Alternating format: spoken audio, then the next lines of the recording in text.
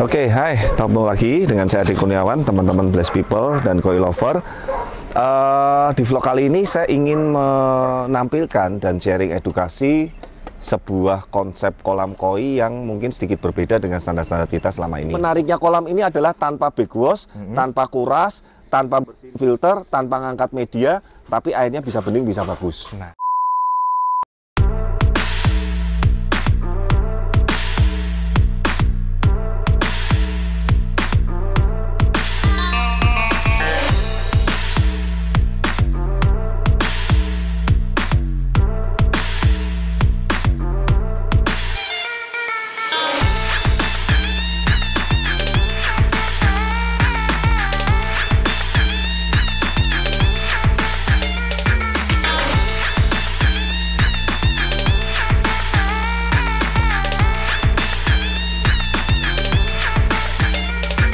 Yes. Tapi berbeda lagi. Berbeda. Kalau kamu ingat yang kita vlog terakhir yang sungai yang menggunakan geomembran itu kan kombinasi. Kombinasi natural ekosistem yang ada di dasar-dasar kolam dan dasar sungainya ditambah dengan sistem filter konvensional. Jadi nanti itu bisa dipakai untuk berenang atau jacuzzi lah lebih tepatnya karena kan kolamnya nggak terlalu besar. Jadi sewaktu kita pakai untuk jacuzzi atau berendam, cukup kita media konvensionalnya kita isi mekanikal aja. Cukup ya? Cukup, karena kan tujuannya hanya untuk airnya bening aja, plus kaporit lah kalau kolam renang kan. Jadi kolam ini bentuknya abstrak nih Norma. Kebetulan kita nggak pakai desain, nggak pakai apa, ngalir aja karena ini buatan untuk fasilitas Blessed tambahan sendiri. Jadi ini kolam ke 16 yang kolam ini. Nah nanti untuk level airnya ini mengalami ada beberapa level kedalaman air. 1, 2, 3.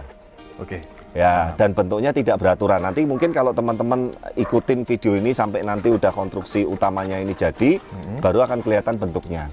Dan ini nanti dindingnya semua ini nggak akan kelihatan, akan tertutup dengan batu-batuan, tanaman, ornamen estetika natural. Intinya benar-benar kelihatan seperti kolam-kolam yang nuansa alam atau natural. Seperti kalau teman-teman mungkin lihat di YouTube vlogger lain yang benar-benar kelihatan alam, jadi dindingnya nggak kelihatan sama sekali. Nah konsep kali ini seperti itu.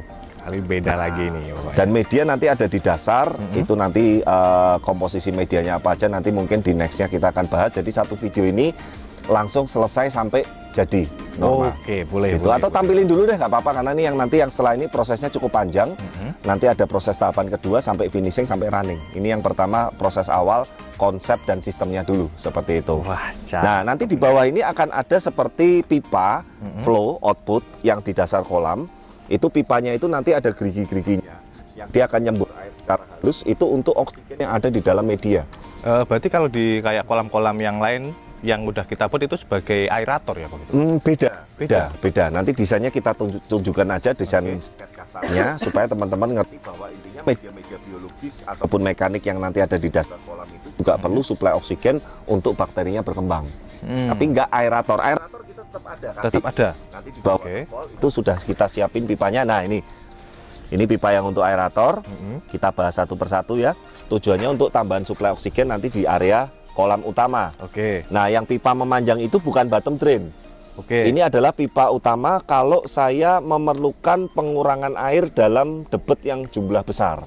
Contohnya kita mau maintain dasarnya, tapi itu tahunan. 1 tahun aja belum tentu sekali. Jadi menariknya kolam ini adalah tanpa backwash, tanpa kuras, tanpa bersihin filter, tanpa ngangkat media, tapi airnya bisa bening, bisa bagus.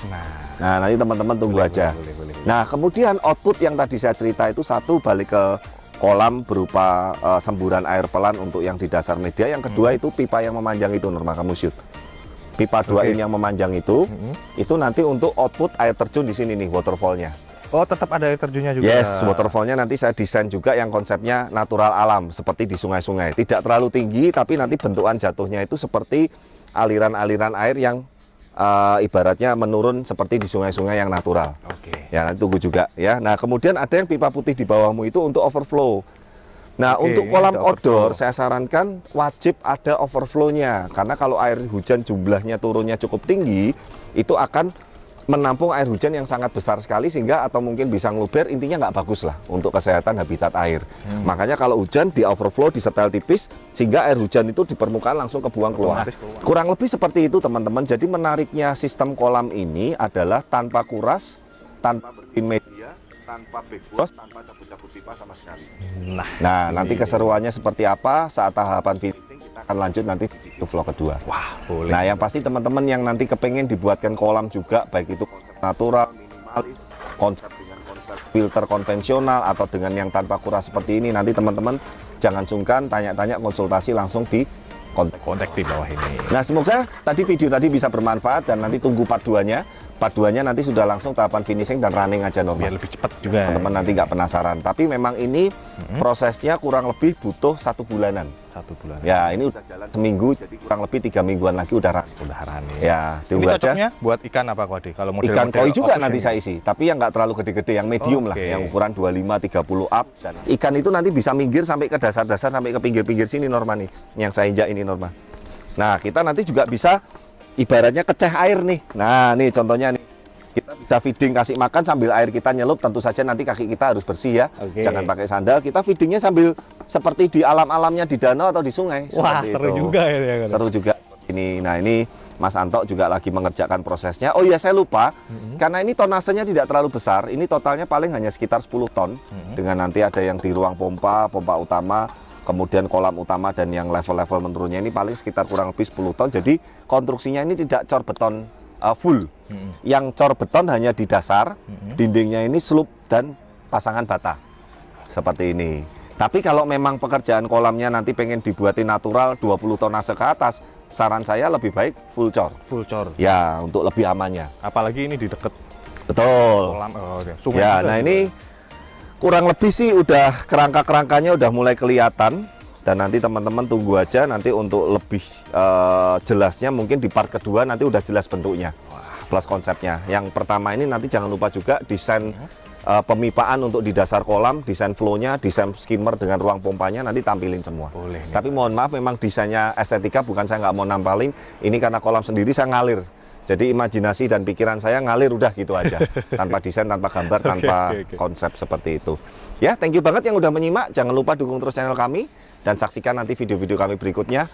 Saya Ade Kurniawan dan see you di video-video berikutnya. Bye-bye.